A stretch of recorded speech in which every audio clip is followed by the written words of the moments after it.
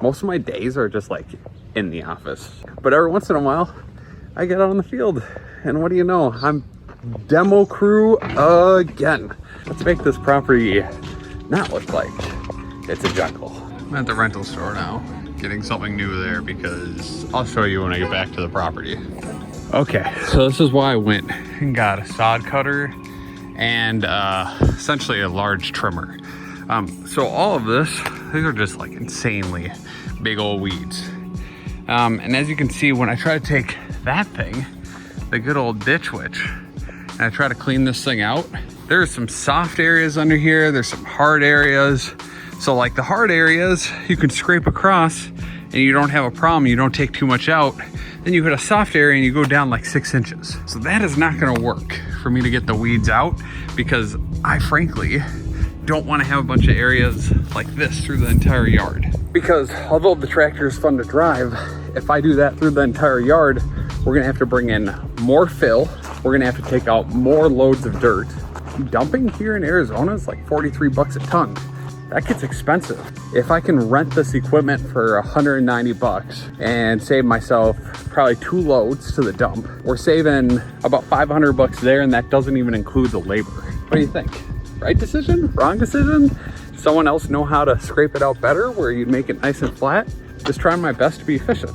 Thank you, mini brush cutter. It was quicker than using a weed whacker. This only took about 15 minutes, 20 minutes. I needed to cut all this down because when using a sod cutter, the grass is too long. Here, let me show you. The main guiding wheel, it just like spins and spins, and you end up going backwards because it needs the momentum to get this blade through the ground.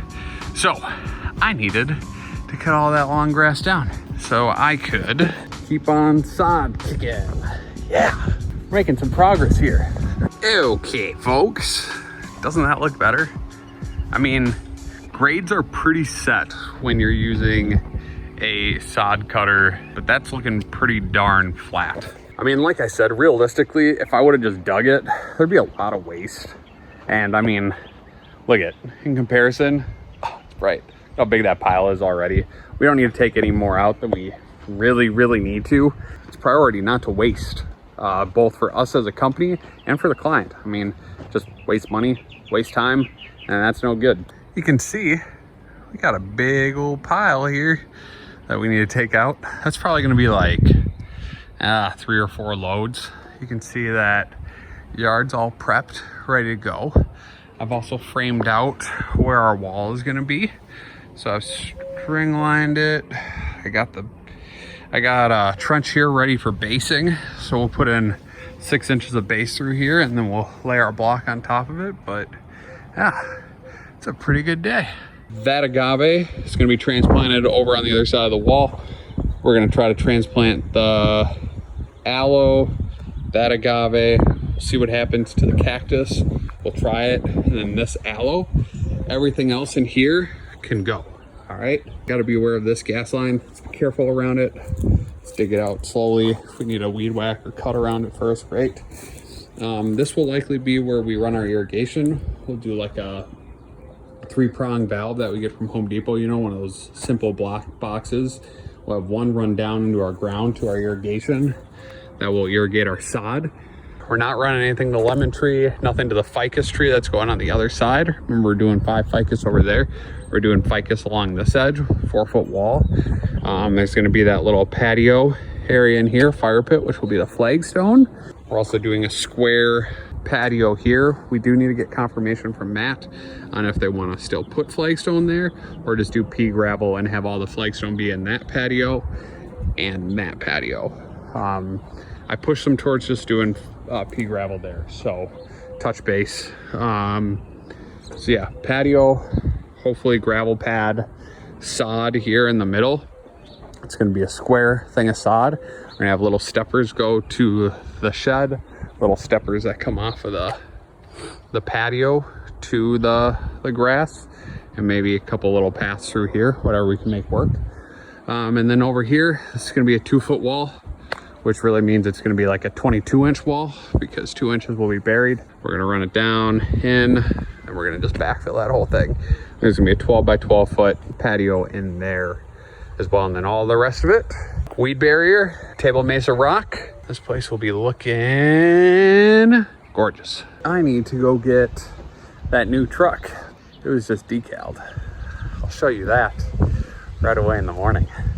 I'm visiting some friends up here right now. These houses are just spectacular. Each one just looks over this mountain range, and the landscaping up here, like look at that agave. I know, guys, I know you don't find that as interesting as me, but like it's just wild. Jeez, so cool.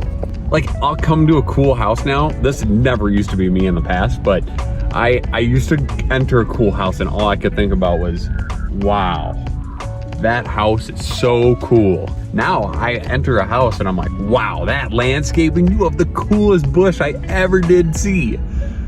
Is that strange? Like, I'm just in love with landscaping. And I'm just in love with the desert.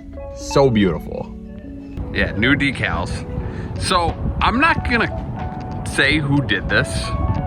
This is a company in Arizona. They did great for the first couple of trucks. You can see this side looks pretty darn good. We walk over to the other side. This side looks pretty darn good. Now, this is something that all companies are guilty of.